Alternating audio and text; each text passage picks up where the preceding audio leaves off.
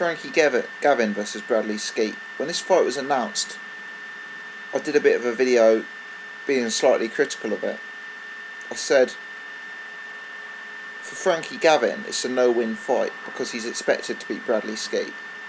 For Bradley Skeete, it's the same to lose. He's going in, the right direction. He's slowly building up. He's looking like a more decent prospect, starting to look like he's going somewhere. And it's the same for him to take a devastating loss at this point. My initial gut instinct was that it wasn't a competitive fight. Since then, since I've looked into it a bit more, had a bit of time to reflect, I do see this as a more even matchup. I think Bradley Skeete is much improved over the last year. I think he's showing more aggression in the ring. I think he's hitting harder. And he's developed a lot from a sort of lanky welterweight who just used reins and sort of his reach to a sort of better all-round fighter. Frankie Gavin has also been beaten by Leonard Bundo, been in some tough fights, and maybe the sort of early promise he showed with his amateur background, etc., maybe some of that's been called into question in the last year. Maybe it's that Bradley Skeete is currently on the upwards trajectory and Frankie Gavin is stalling slightly in his career.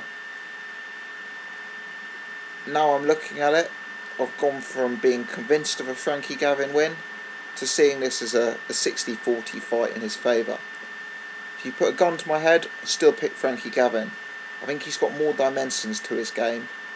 I think Bradley Skeete is really going to have to force the pace if he's going to get a win here. And I don't think that's Bradley's style. Whilst he's getting more aggressive, whilst he is hitting harder, he's not someone who's going to swarm on Frankie Gavin. And I think it's very dangerous if Gavin's allowed to dictate the pace with his sort of slick style. If he can find a way of using angles to get inside Bradley Skeete and negate that jab and not let it be fought at range, I think Gavin will still have enough. But I think Bradley Skeete's live in the fight. I'm seeing improvement from Bradley over the last year, and I'm interested to hear people's thoughts on this one because it's a genuinely tough fight to call. Genuinely is tough. We'll see how it goes, but at the minute I'm thinking Frankie Gavin points. I wouldn't be surprised if it's quite close. As for Gary Sykes versus Liam Walsh, on this one I'm behind Liam Walsh. I've been to a few Walsh fights. I saw him fight Scott Harrison. I saw him fight at Upton Park on the H's or on the card. I think he's got slightly cleaner, more technical boxing than Gary Sykes, and I expect him to get the job done. I don't think either guys are, really big punchers, so I see this one going the distance. And I think we've seen Walsh get in tough spots in fights and struggle for rounds at a time. So I don't think it's going to go all his way.